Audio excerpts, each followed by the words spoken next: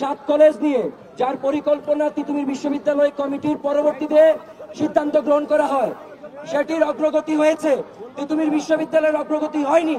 কাজেই যে সন্দেহের বীজ রাষ্ট্র প্রথমেই বপন করেছেন, আমরা আর কাউকে বিশ্বাস করতে আসলে সেটা আমরা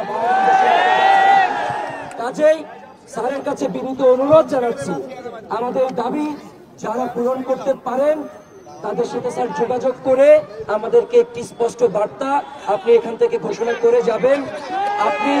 আপনি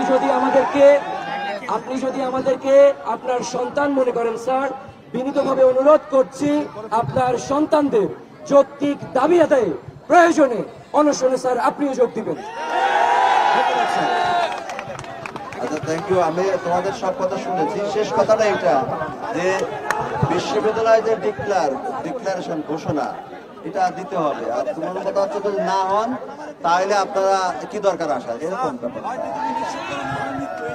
আচ্ছা, তোমরা তো বলছো যে হয় তিতুমির বিশ্ববিদ্যালয় নইলে আমরা আমরণে আছি, এভাবেই জীবন শেষ হয়ে যাবে। সুতরাং এটা অবশ্যই একটা সিরিয়াস কথা এবং তোমরা সিরিয়াস ডিসিশন নিয়ে কিন্তু রাস্তায় আছো, এটা আমিও দেখছি। রাইট। আচ্ছা, এখন আরো সিরিয়াস বলতে যায় কাপড়ে কাপড় পরো, এখানে সবাই রাস্তায় নামবে, এটা আমি বুঝতে। সুতরাং আমি বলছি এটা তো মিডিয়ায় খবরগুলো গেছে, কিন্তু ফিজিক্যালি সরকার বা রাষ্ট্রের পক্ষ থেকে এই তথ্যগুলো হয়তো ওইভাবে কমিউনিকেশন মাঝখানে দেখছে হয়তো টিভিতে সবাই। তোমাদের এই যে দাবিটা, এই দাবিটার কোনো অযৌক্তিক সেটা মোটেই কেউ বলবে না, বরং দাঁড়াও, এই বিশ্ববিদ্যালয়ে তোমরা চাচ্ছ একটা ঘোষণা দিতে হবে, খুশি হয়ে বাড়ি যাবে তো ঘটনাটা।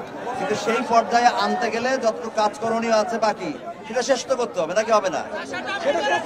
আচ্ছা, না এটা না, সেইটার জন্য না, দাঁড়াও, এক এক করে কথা বললে তো শেষ হবে সারা। আমি তোমাদের সমস্ত যৌক্তিক কথাগুলো আমার শেষ করতে হবে। বাবা দাঁড়াও, আমি তোমাদের সবার কথা তো শুনলাম, সারা তো এটা শেষ হবে না। তোমাদের দরকার হচ্ছে কাজটা ক্লোজ করা এবং একটা ভালো রেজাল্ট তোমাদের জন্য চেষ্টা করা না। সেক্ষেত্রে তোমরা আন্দোলন করেছো, আন্দোলনের প্রেক্ষিতে আমি যতটুকু বুঝলাম যে তোমাদের দাবিটা খুব যৌক্তিক এবং সিরিয়াস পর্যায়ে তোমরা এই আন্দোলনে আছো। এইটা আমি এখনই বা আমার পর্যায় থেকে সর্বোচ্চ রাষ্ট্রের সর্বোচ্চ পর্যায়ে আমি আমার পক্ষ থেকে পৌঁছে দিচ্ছি, এটুকু শেষ কথা।